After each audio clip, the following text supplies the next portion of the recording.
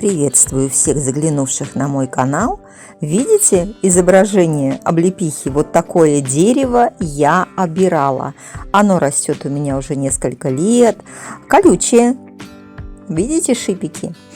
И, в общем, все, что можно было оборвать на самом дереве, я исполнила.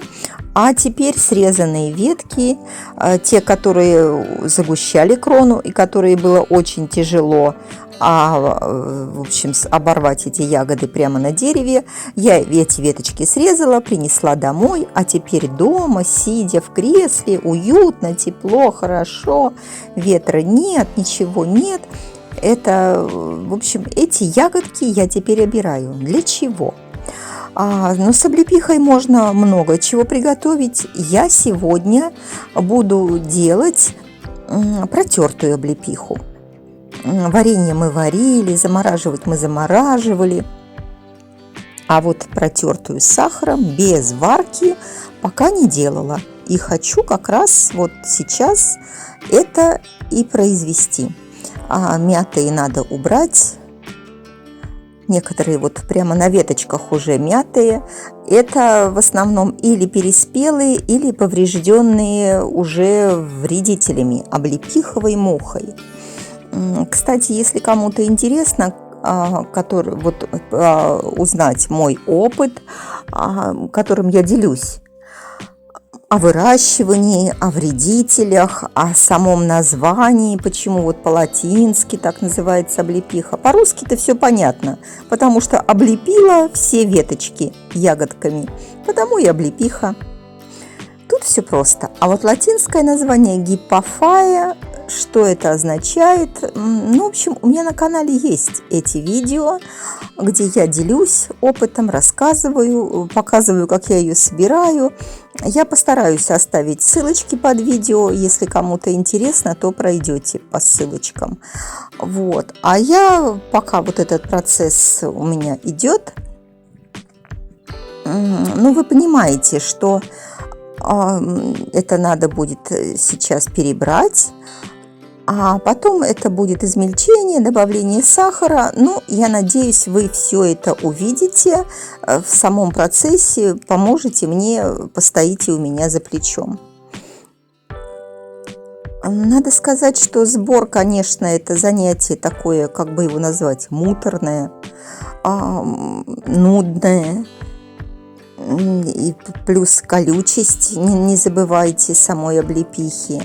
Но я так думаю, что вот ее польза, ее вот такой солнечный, такой радостный вид, оранжевый, многое искупает, поэтому она у меня и растет. Должно расти 2 экземпляра, особи.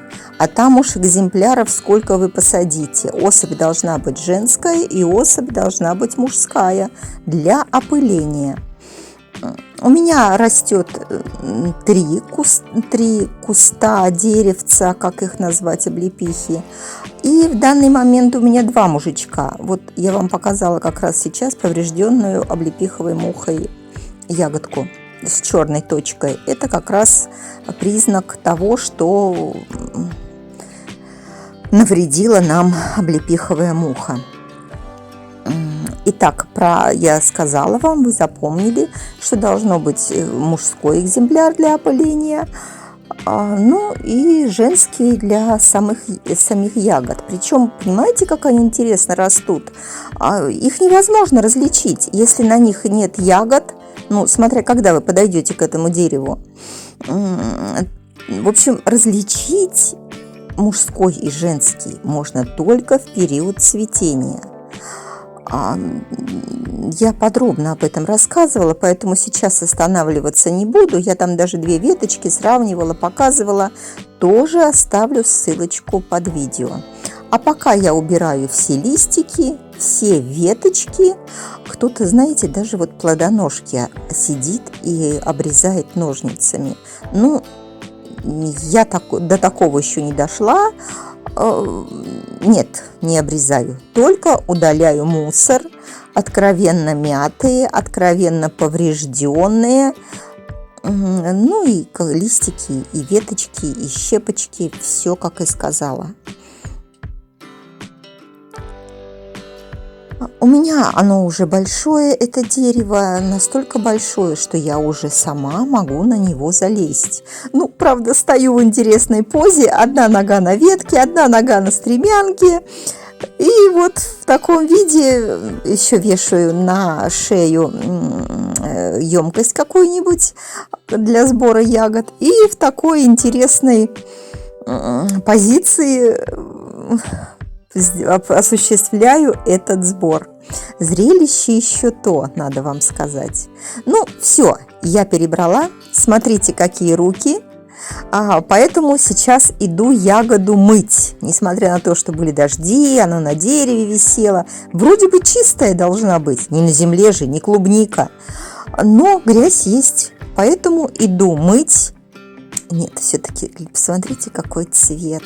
Ой, золото, золото. Все, скучную операцию мытья я провела без вас, через дуршлаг уже отбросила. Беру сахар. Сахар и, конечно, нужен еще и блендер. У меня это Витек, стеклянная чаша. Именно из-за этой стеклянной кувшина, чаши, мы ее и этот блендер и выбрали. Потому что порой мы делаем суп-пюре, и прямо горячее туда можно наливать. Горячий суп. И из него делать суп-пюре. Так, сейчас добавляю ягоду, потом можно добавить сахар. Причем сахар можно добавить в пропорции 1 к 1, но не меньше, потому что ягода кислая. А еще лучше добавить сахара чуть побольше, 1,2 примерно, вот так пропорции, чтобы это лучше хранилось. Это же не варенье, это будет просто протертая ягода с сахаром. Поэтому сахар здесь, на этом здесь экономить нельзя. Так, я измельчаю. Ага, процесс пошел. Ягода постепенно опускается. И еще в этом блендере мне нравится то, что можно или продукты какие-то, которые я измельчаю, или сам сахар добавить сверху, для чего имеется специальное отверстие. И можно досыпать вот прям сверху, как сейчас я делаю, и ту же ягоду, и тот же сахар. А сахар можно добавить еще и потом непосредственно уже в емкость, когда туда же будет налита перемолотая уже ягода. Немного сыпется у меня, волнуюсь, извините. И вот рука-то сырая, я не могу вот кончиками пальцев стряхнуть, поэтому так вот немножко стряхнула туда внутрь, именно сухой частью руки.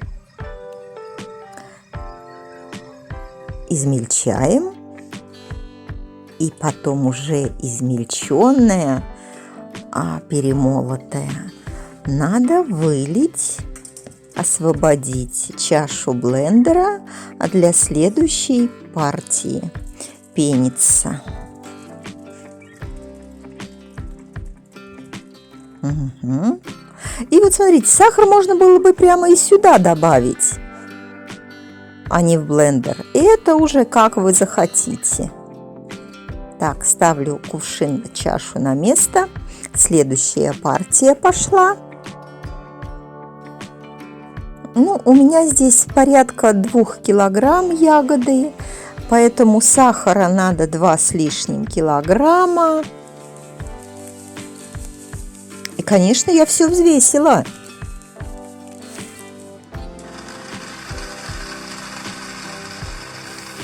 Ну, здесь уже все знакомо. И смотрите, что получается в процессе этого измельчения. Получается довольно жидко, потому что облепиха – это сочная ягода.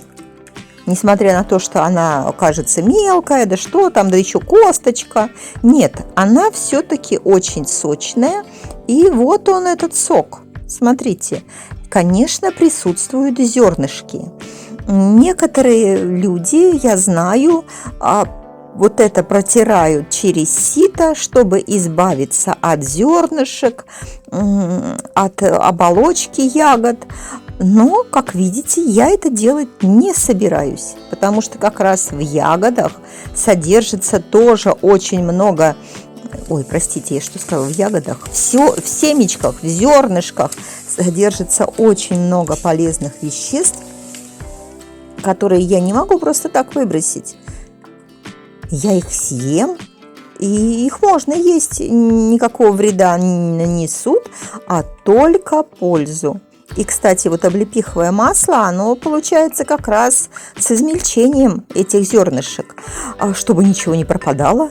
Пока там сахар растворяется, я сделаю себе облепиховый морс.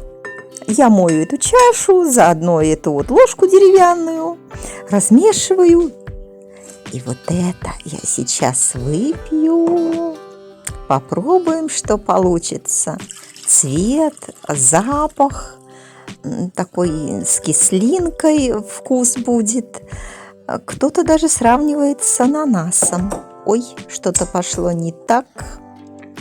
Какая-то лужица. Ну, это поправимо, это ничего страшного. Это рабочий момент. Желаю вам всем здоровья, не болейте. Выпьем. Ну, вернее, выпью я, а вы посмотрите. Я выпью вот этот витаминный морс. Прямо с зернышками. И чтобы не быть голословной, энциклопедия лекарственных растений. Открываем, чтобы вы не сомневались в том, что облепиха очень полезная ягода. Она даже описана в энциклопедии. И это еще раз, этому подтверждение можно найти, зайдя в любую аптеку или в любой парфюмерно-косметический отдел магазина. И там вы встретите и шампуни, и маски, и крема для лица, и для рук, и для всего-всего. Ну и в аптеке, как я говорила. Более старая книга, у нее, правда, есть недостаток такой, что иллюстрации у нее просто рисунки черно-белые, по которым бывает довольно трудно опознать какое-то растение. Но, тем не менее, все описано, сколько кислот содержит, какие витамины. И жирные кислоты тоже там содержатся, и для чего применяются. В общем, вы поняли. Ну, а это составные части, помытые уже этого блендера. Очень удобно, что он разбирается целиком-целиком. Вот так он выглядит в интернет-магазине. Ссылочку на него я тоже оставлю под видео. А у меня все.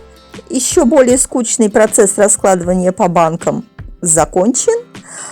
Перед вами готовый результат. Баночка с протертой облепихой, не вареной, без варки. Все в натуральном виде, только добавлен сахар. Сейчас они пока стоят вот, в более-менее однородной массе. Потом произойдет некоторое расслоение. Оболочки с зернышками всплывут кверху, в верхней части будут. Это все хранить надо в холодильнике. А уже в зимний период эту витаминную массу будем употреблять для профилактики всяких простудных заболеваний и укрепления иммунитета. До свидания.